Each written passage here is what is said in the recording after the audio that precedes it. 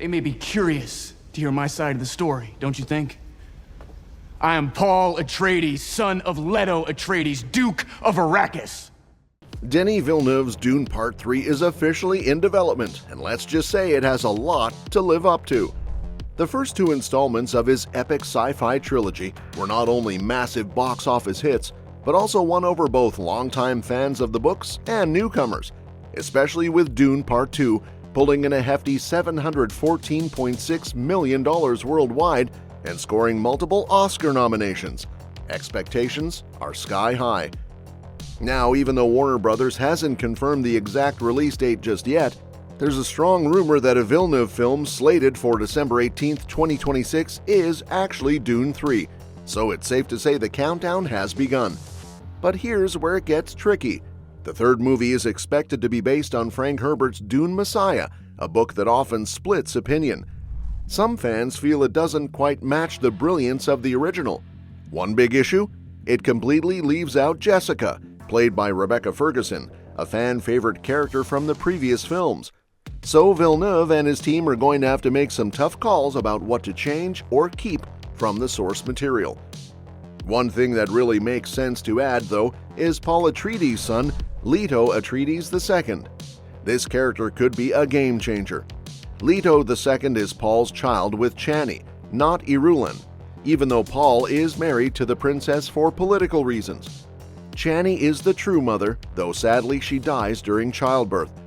Paul and Chani also have a daughter named Ghanima, Leto's twin.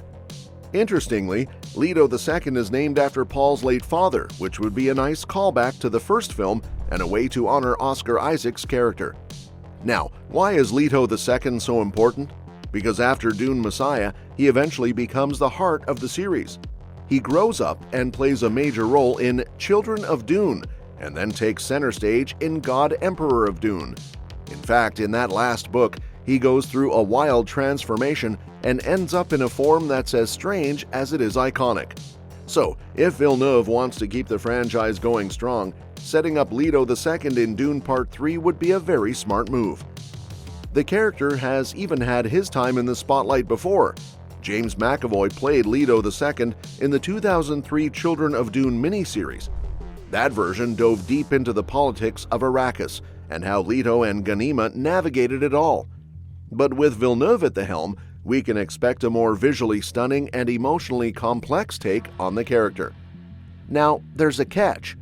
Leto II is just a baby in Dune Messiah. He only shows up near the end of the book, which means if the filmmakers want to build him up, they'll have to get creative. But if they manage to get the audience emotionally invested in this tiny, pivotal character, it could pave the way for a fourth movie down the road. Even if Villeneuve doesn't direct that one himself, introducing Leto II now lays the foundation for an entire new phase in the Dune saga. Of course, Dune Messiah isn't just about Paul and his family. The story also introduces some intriguing and darker elements. Take Scytale, for example, a faced dancer who can literally shapeshift and take on anyone's identity.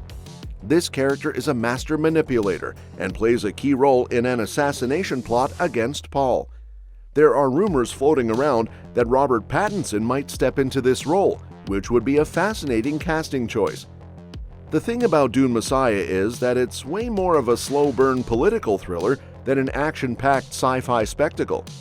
That may turn some people off, but it also gives Villeneuve the chance to create some really atmospheric, tension-filled scenes. Most of the story revolves around secret plots and betrayal, especially from groups like the Bene Gesserit and the Bene Tleilax.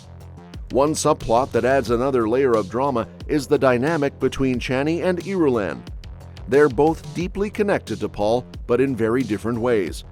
Chani is the woman he truly loves, while Irulan is the one he's politically bound to. This tension becomes even more intense when Irulan, desperate for an heir, begins poisoning Chani to prevent her from getting pregnant. It's a twisted rivalry that could really heat up on screen. The conspiracies don't stop there. A major storyline in Dune Messiah involves various factions scheming to overthrow Paul. After the brutal wars he's led, many of the great houses want him gone. This opens up opportunities to explore characters like the Reverend Mother and the Bene Tleilax in much more depth. Then there's Alia Atreides, Paul's sister, who, thanks to the upcoming time jump, will be old enough to be a key player in the next film. She ends up forming an unexpected romantic bond with Hate, a clone, or Gola, of Duncan, Idaho. Hate is sent by Scytale as a Trojan horse meant to assassinate Paul, but he eventually develops a conscience and falls for Alia instead. Their romance could be one of the few genuinely tender parts of a story that's otherwise loaded with manipulation and betrayal. One of the most compelling parts of Hate's character is how he begins to remember fragments of his old life as Duncan, Idaho. He's torn between what he was programmed to do and what he actually feels, which makes for great internal conflict and potential emotional payoffs. In the book, he's ordered to kill Paul several times, but he just can't bring himself to do it.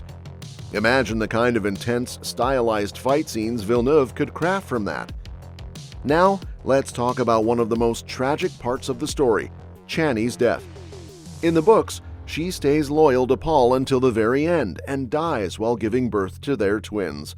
But in the second film, she leaves Paul, which is a big deviation. If they do reconcile, it could be a heartbreaking twist to bring her back only to have her story end in tragedy. But again, that's a decision Villeneuve will have to weigh carefully. Scytale doesn't make it out alive either. After Chani dies, Paul is completely grief-stricken, and when Scytale offers him a Gola version of Chani in exchange for giving up power, Paul kills him without hesitation. It's a brutal, emotional moment that marks a turning point for Paul and possibly for the entire future of the Atreides legacy. Another character who might be tough to bring to life is Edric, a guild navigator. These beings are altered by constant exposure to spice and float around in tanks.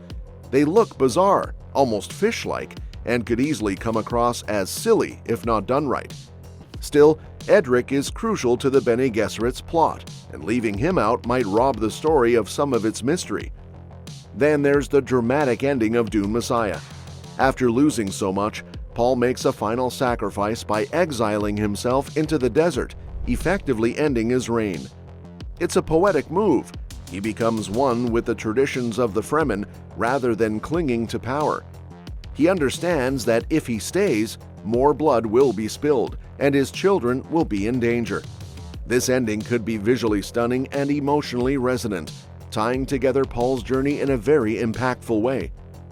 And last but not least, let's not forget the Stone Burner. This is a terrifying atomic weapon used by the Bene Tleilax in an assassination attempt that blinds Paul. It's a high-stakes, high-drama moment that could rival some of the most intense sequences in the first two films.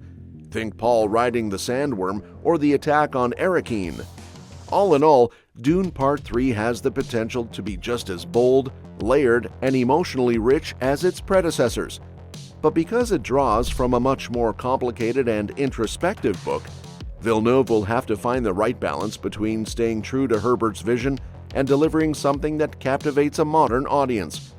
If he pulls it off, not only will this movie complete Paul's arc in a powerful way, it could also launch a whole new chapter for the franchise. And that's that for today's video. Thanks for watching, and we will see you in the next one.